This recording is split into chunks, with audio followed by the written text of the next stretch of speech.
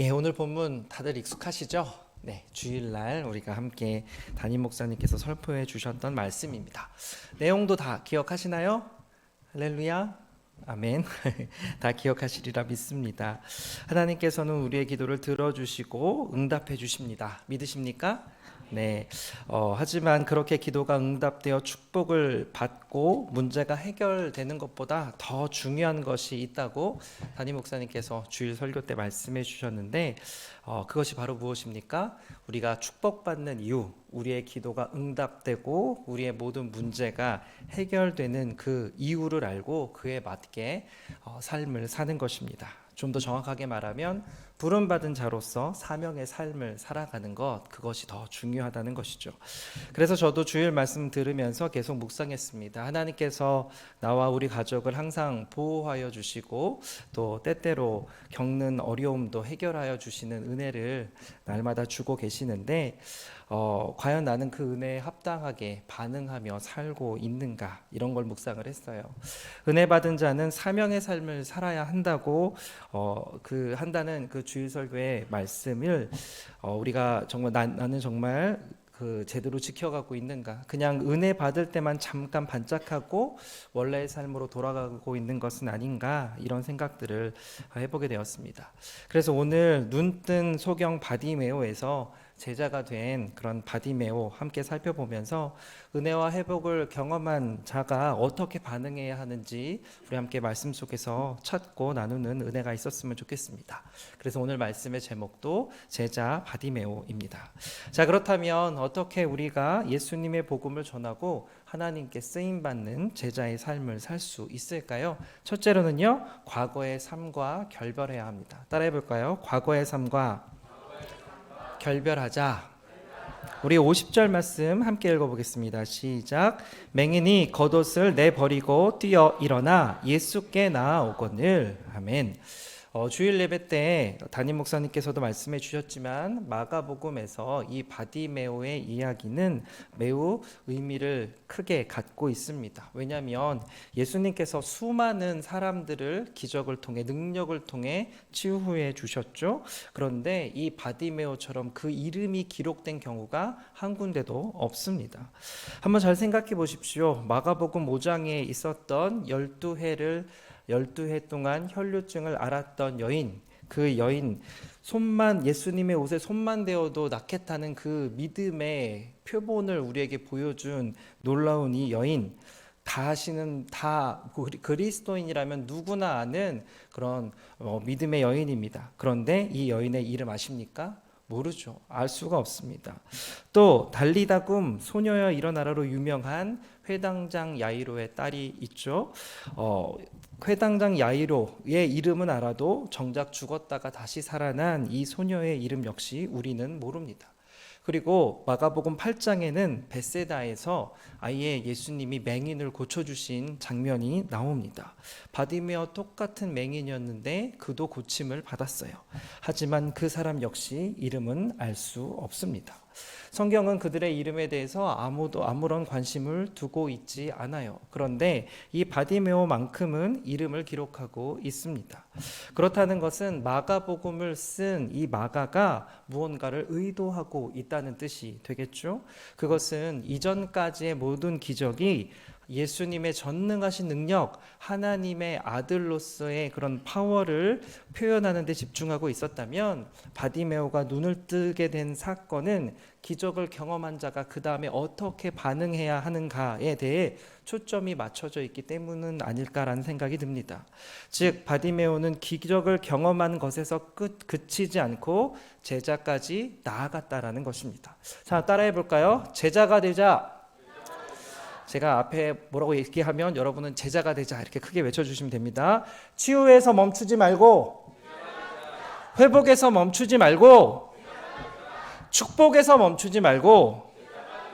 아멘. 아멘이십니까? 바디메오가 다른 이들과 다른 점은 그가 치유와 회복에서 멈추지 않고 제자로까지 나아갔다는 것입니다. 그리고 마가는 우리도 이 마가복음을 읽는 저와 여러분들도 동일하게 그러한 도전받기를 원하고 있는 것 같습니다. 은혜와 축복에만 머물러 있을 것이냐, 아니면 눈 뜨고 귀가 열리고 다리에 힘이 생겨서 일어선 그 발로 예수님을 따라가는 제자가 될 것인가? 그 선택을 우리는 감당해야 하는 거죠. 사랑하는 여러분, 바디메오는 주님의 제자가 되기로 선택했습니다. 그리고 그가 한 첫 번째 행동은 자신의 겉옷을 내버리고 뛰어 일어난 거예요. 주일 예배 말씀 때 이미 들으셨던 것처럼 이 겉옷은 굉장한 재산입니다. 밤에는 이불이 되었고 낮에는 자신이 구걸할 때 돗자리처럼 쓰였을 것입니다. 그리고 아마도 이 바디메오에게 있어서 자신의 겉옷은 유일한 재산이고 전 재산이었을지도 모릅니다. 자기의 생존의 담보물 같은 것이죠. 그런데 그 겉옷을 내버리고 예수님을 따른 거예요. 엄청난 대가 지불입니다. 그런데 여기에는 대가 지불과 함께 한 가지 의미가 더 있습니다. 그것은 과거로 돌아가지 않겠다는 결단이요 의지입니다.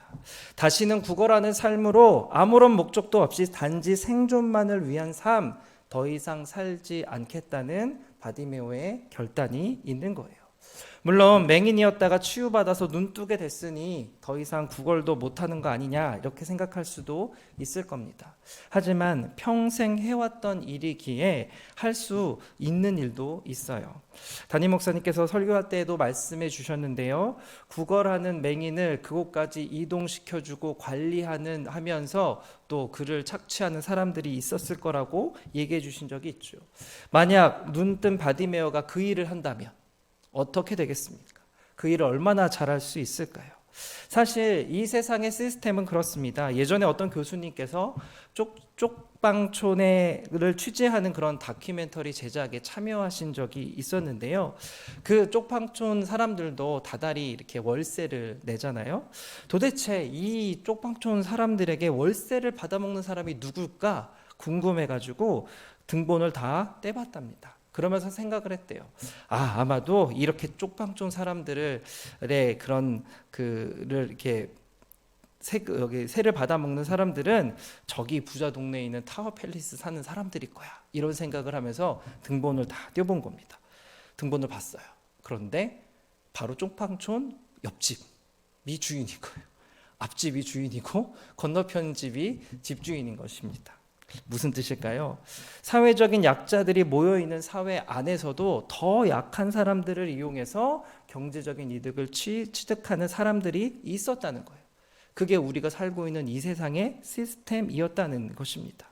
눈을 뜨게 된 바디메오, 그가 자신의 생활 터전으로 돌아갔을 때 그가 할 수 있는 일은 무엇이었을까요?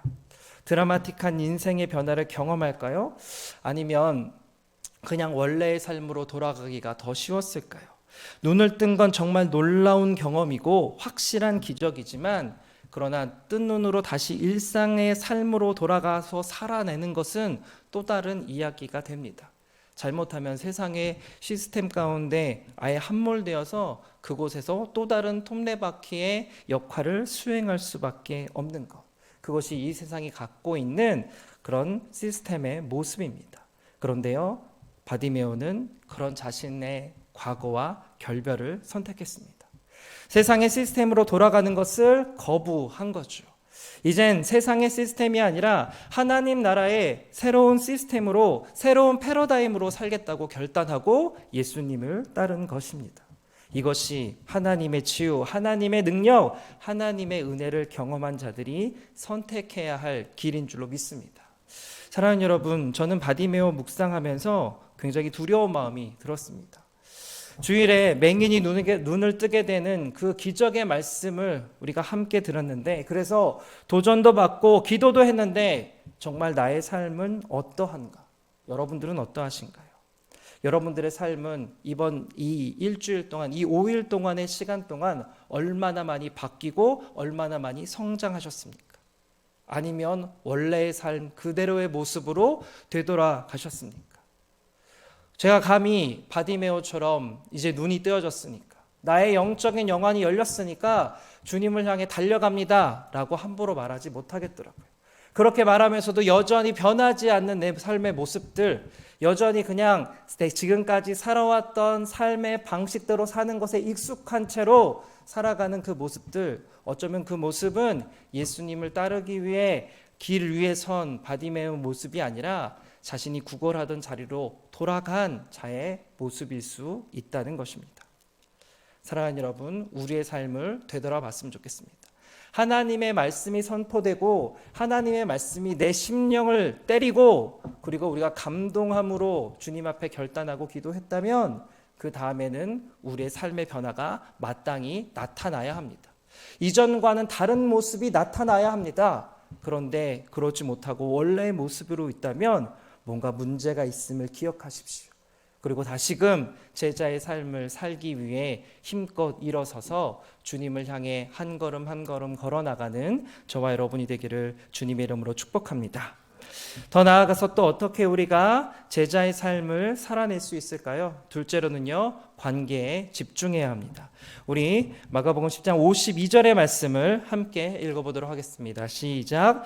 예수께서 이르시되 가라, 내 믿음이 너를 구원하였느니라 하시니 그가 곧 보게 되어 예수를 길에서 따르니라. 아멘. 예수님과 만나게 된 바디메오, 예수님께서 그와 대화하시고 눈을 고쳐주시기까지 한번 생각해 보세요. 한 몇 분 정도 걸렸겠습니까? 몇 분 정도 걸렸을까요? 마가복음 10장 46절에서 52절까지 이 장면을 우리가 생상으로 한번 재구성해 보더라도 길어야 한 30분 내외, 짧으면 한 10분이나 걸렸을까 하는 그런 생각이 듭니다. 주님이 말씀하시자 즉시로 나왔으니까요. 그러나 이 짧은 이런 만남이었지만 이 짧은 만남 안에는 강력한 영적인 임팩트가 있었습니다. 이로 인해 바디메오는 십자가를 향해 가시는 예수님을 따라 같이 그 길을 걸었죠. 그런데 우리가 예수님을 믿게 된 것도 이와 비슷하지 않나 싶습니다. 그냥 의무적으로 때론 형식적으로 교회에 나오다가 어느 날 갑자기 큰 은혜를 경험하게 되는 거죠. 청소년 시기절을 생각해보면 3박 4일 수련회에서 내내 적응 못하다가 마지막 날 저녁 기도회 때 극적으로 주님을 만나고 변화된 친구들이 있습니다. 물론 그게 오래가지 못한 친구들이 대부분이었지만 그래도 그것이 삶의 계기가 되어서 삶의 방향이 바뀌고 믿음이 삶의 가장 큰 기준이 되는 그런 경험들을 많이들 경험해 보셨을 겁니다. 따라서 만남 그 자체가 중요합니다. 30분도 채 되지 않는 그 시간이 바디메오의 삶을 완전히 변화시킨 것처럼 이 전도 집회 한 번의 예배가 한 영혼의 영원한 삶을 바꿔놓을 수 있는 것입니다. 그러기에 그 한 번의 예배를 위해서 우리가 이 모든 걸 집중하고 쏟아부을 필요가 있는 줄로 믿습니다. 소망하옵기는 이번 주 내내 내 옆에 한 사람이 그런 만남의 축복을 경험하게 되었으면 좋겠습니다. 그런데 이 한 번의 만남, 짧지만 임팩트 있는 한 번의 만남만큼 중요한 다음 단계가 있습니다. 그것은 그 만남이 더 깊은 관계로, 더 친밀한 관계로 발전해야 한다는 것입니다. 사실 바디메오의 이야기는 마가복음 이 10장 이 본문에서만 등장합니다. 다른 성경에는 나타나고 있지 않아요. 그래서 이 바디메오가 이후로 어떤 사역을 했는지 알 방법이 없습니다. 그가 주님을 위해 어떤 일을 했고 교회에서 어떻게 쓰임 받았는지 궁금하지만 알 방법이 없어요. 그런데 마가복음을 기록한 마가는 오늘 본문에서 한 가지를 암시해 놓았습니다. 바로 예수를 길에서 따르니라입니다. 여기서 이 따르니라라고 번역된 헬라어 동사는요, 아쿨루테오라고 합니다. 아쿨루테오, 따르다, 뒤쫓다, 그냥 우리가 알고 있는 의미예요. 이 뜻이 확장돼서 누구의 제자가 되다 혹은 법이나 규범을 준수하다라는 뜻이 되기도 하죠. 특히 마가는요, 이렇게 마가복음에서 제자도를 설명할 때 이 단어를 제일 많이 사용했습니다. 우리가 잘 아는 베드로가 그물을 버려두고 예수님을 따라갔다라고 할 때도 이 단어가 사용되었어요. 그런데 흥미로운 건 이 아콜로테오라는 동사가 관계동사라는 거예요. 관계동사. 헬라어에서 관계동사는요, 목적어를 취할 때 이게 목적격이 아닌 역격이라는 걸 씁니다. 갑자기 어려우시죠? 예, 역격이라는 건 우리나라 말로 하면 부사어 같은 거예요. 목적어로 하려면 을를 같은 걸로 목적어를 취해야 되잖아요. 그런데 이거는 부사어를 표현 여기 한다는 거, 여기 목적어로 취한다는 거예요. 그래서 예수를 따른다라고 하지 않고 예수에게 따른다? 뭐 이런 식으로 해야 될까요? 뭐 그런 식으로 글을 쓰는 겁니다. 근데 의미는 목적격으로 이해를 하는 거예요.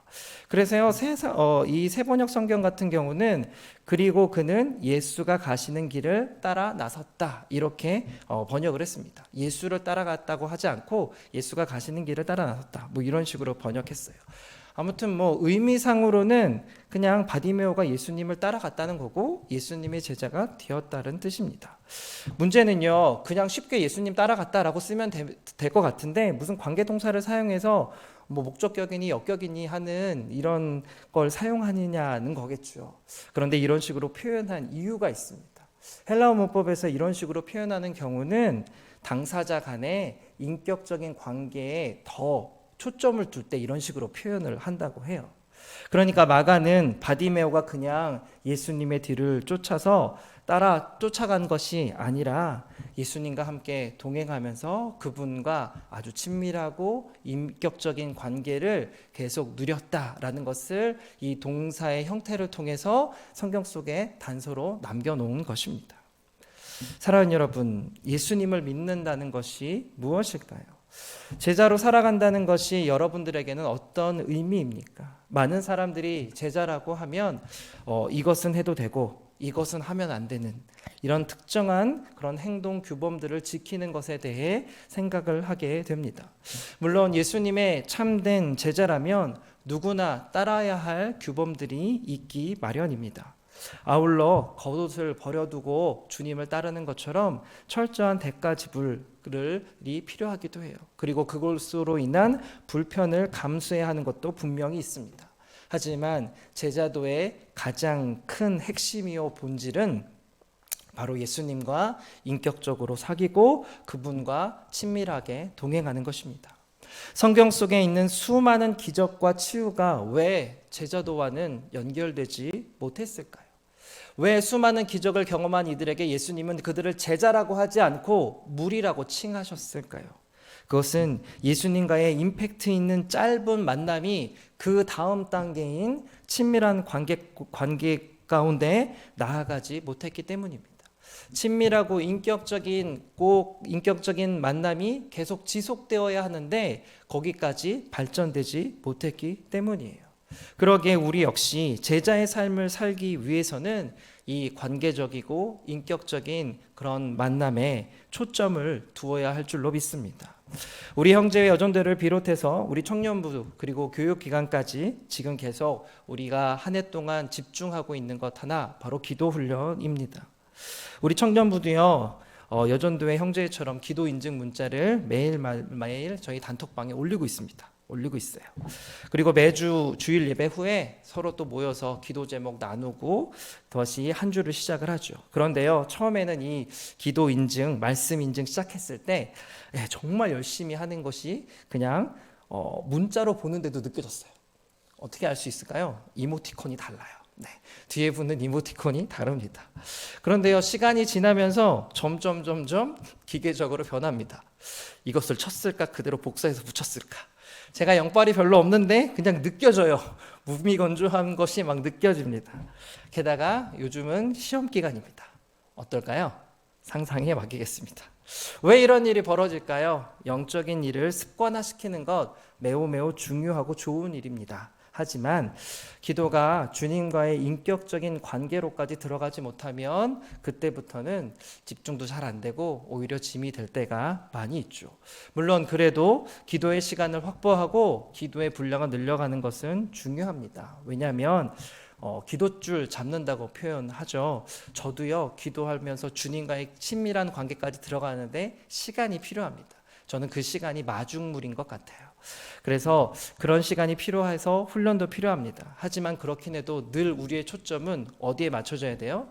내가 20분 했다, 30분 했다, 1시간 했다, 2시간 했다가 아니라 내가 주님과 친밀한 관계 가운데 들어갔다. 거기까지 초점이 맞춰져야 할 줄로 믿습니다.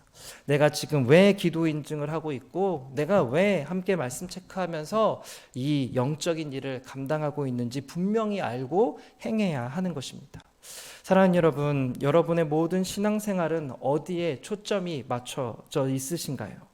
수요일에 이대성 목사님께서 전해주신 것처럼 유일하신 참 하나님과 그의 보내신 자 예수 그리스도를 아는 것에 날마다 초점을 맞추는 저와 여러분이 되었으면 좋겠습니다. 그냥 지식으로만 아는 것이 아니라 친밀한 관계 가운데 인격적으로 주님을 아는 것에 우리의 시간과 관심을 내어드리며 더 발전해 나가는 그런 제자가 되는 저와 여러분이 되기를 주님의 이름으로 축복합니다. 마지막으로 또 어떻게 우리가 제자의 삶을 살 수 있을까요? 셋째로 십자가를 향해 나아가야 합니다. 따라해 볼까요? 십자가를 향해 나아가자. 우리 52절 후반부 함께 읽겠습니다. 시작. 그가 곧 보게 되어 예수를 길에서 따르니라. 아멘. 마가복음은요, 전체적인 문맥으로 볼 때 장소적으로 크게 세 가지 변화를 경험하게 됩니다.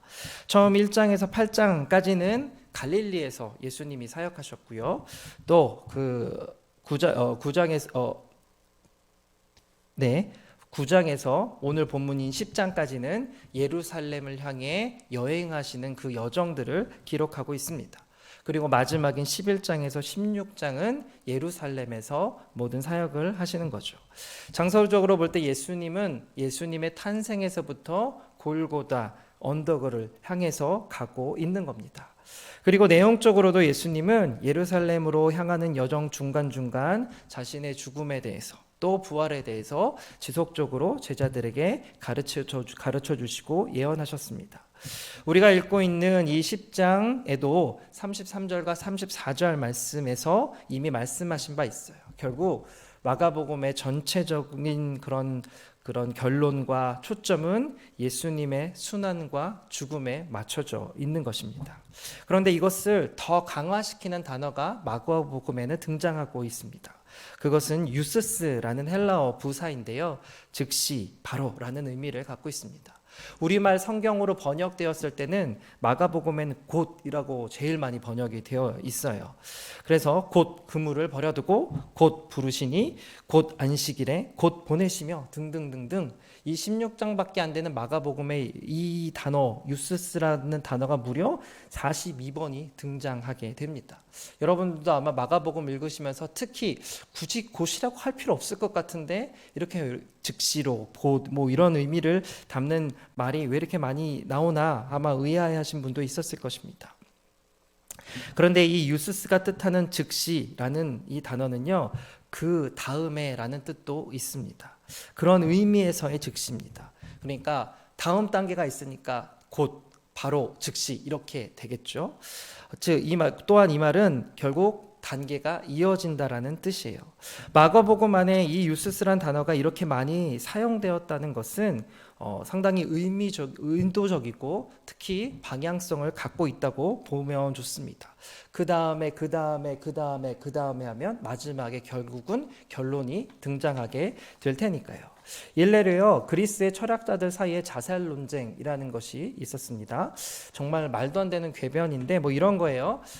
자네는 열심히 이렇게 공부하고 있는데 그렇게 공부해서 뭐 할 건가? 그러면 대학에 가야죠. 그 다음은 취직을 해야죠. 그 다음은 결혼을 해야죠. 그 다음은 자녀를 낳아야죠. 그 다음은 뭐 은퇴를 하고 노년의 시간을 보내겠죠. 다음은 늙어 죽겠네요. 그럼 결론은 결국 죽음이네. 굳이 뭐 이렇게 힘들게 살아? 지금 죽지? 이게 자살 논쟁이에요. 그 다음은 되게 웃기죠? 뭔가 이상하긴 한데 딱히 지적하기도 뭐한 그런 뭐 논리적인 말입니다. 결국 그 다음이라는 것은 목적지가 있기 마련이죠. 근데 이 마가복음은요, 유스스라는 단어를 통해서 예수님의 목적지로 우리를 지금 안내하고 있습니다. 그렇다면 이 유스스가 마지막으로 사용된 곳은 어디였을까요? 마가복음 15장 1절입니다. 함께 같이 읽어볼까요? 새벽에 대제사장들이 즉시 장로들과 서기관들 곧 온 공회와 더불어 의논하고 예수를 결박하여 끌고 가서 빌라도에게 넘겨주니 여기서 즉시가 바로 유스스입니다. 예수님께서 빌라도에게 서시는 장면 이후로 유수스는 더 이상 나오지 않습니다. 그리고 마가복음 15장은 예수님께서 십자가에 달려 돌아가시는 바로 그 장입니다. 결국 마가복음은 이 복음서를 읽고 있는 우리 모든 성도들을 예수님의 십자가 죽음으로 인도하고 있는 거예요. 다시 우리 바디메오에게로 돌아가겠습니다. 말씀 다시 읽어볼까요? 시작. 그가 곧 보게 되어 예수를 길에서 따르니라. 그는 유스스 곧 보게 되자 예수님을 쫓았습니다. 즉 마가가 볼 때 바디메오는 막연하게 예수님을 따라 어디로 간 것이 아니었어요. 아직 제자로서 준비된 것도 하나 없고 훈련된 것도 없고 가르침을 받아본 적도 없지만 예수님께서 분명한 방향성과 소명의식을 갖고 예루살렘을 향해 가셨기에 바디메오도 그 길을 함께 간 것입니다. 그러면 예수님은 어떤 방향성과 소명의식을 가지고 예루살렘으로 들어가셨습니까? 예수님은 다른 이들의 여행처럼 성지순례나 유월절 절기를 지키기 위해 그곳에 가신 것이 아닙니다. 바로 십자가에 달려 죄악 가득하고 타락한 이스라엘과 온 인류를 대신하기 위해 대신 죽으시기 위해 가신 것입니다. 죄인인 우리들을 구원하시고 영원한 생명을 주시려는 그런 예수님의 방향성과 소명의식이 예수님의 그 길을 인도한 것이죠. 그러기에 길에서 예수님을 따른다라는 것은 우리도 동일하게 주님 가신 그 십자가 길을 나도 가겠습니다라는 뜻입니다. 그냥 주일날 와서 예배드리고 은혜 받고 그것으로 만족하고 한 주를 버티다가 되돌아오는 그런 삶이 아니라 주님, 내가 이제 주님이 가신 그 길을 나도 가겠습니다 라고 선포하고 그 길을 가는 것입니다. 사랑하는 여러분, 예수님의 제자들은 모두 하나같이 예수님의 능력을 통해 치유되고 회복되고 또 꿈을 꾸게 된 사람들입니다. 길 귀퉁이에 앉아있다 주님의 부르심을 받아 뛰어 일어나 주님과 함께 간 이들이고 죽음에서 생명으로 옮긴 사람들입니다. 이렇게 주님의 은혜로 길가에서 귀 위로 옮겨진 제자들은 주님이 주신 부활 생명으로 매일매일 천국의 잔치를 누릴 수 있는 줄로 믿습니다. 그러나 이 기쁨 누리는 것 너무나 당연하고 마땅한 일이지만 그와 동시에 우리는 예수님의 제자로서 또 부활 생명의 힘을 입은 자로서 십자가를 지는 삶도 살아야 하는 것입니다. 이 두 가지의 균형이 날마다 우리 가운데 있었으면 좋겠습니다. 더 이상 치유와 회복, 축복과 문제 해결에 매어 앉아있는 자 되지 않기를 바랍니다. 천국의 잔치만 좋아하고 십자가의 길은 외면하는 그런 반쪽짜리 믿음으로 반응하는 그런 저와 여러분이 아니 되었으면 좋겠습니다. 예수님의 제자라면 주님이 우리에게 주신 십자가 복음을 위해 기꺼이 십자가 고난의 길 걸을 수 있어야 하는 것입니다. 우리 마지막으로 마가복음 8장 34절의 말씀 읽고 함께 기도했으면 좋겠습니다. 같이 읽을까요? 시작. 무리와 제자들을 불러 이르시되 누구든지 나를 따라오려거든 자기를 부인하고 자기 십자가를 지고 나를 따를 것이니라. 누구든지 나를 따라오려거든 자기를 부인하고 자기 십자가를 지고 나를 따를 것이니라.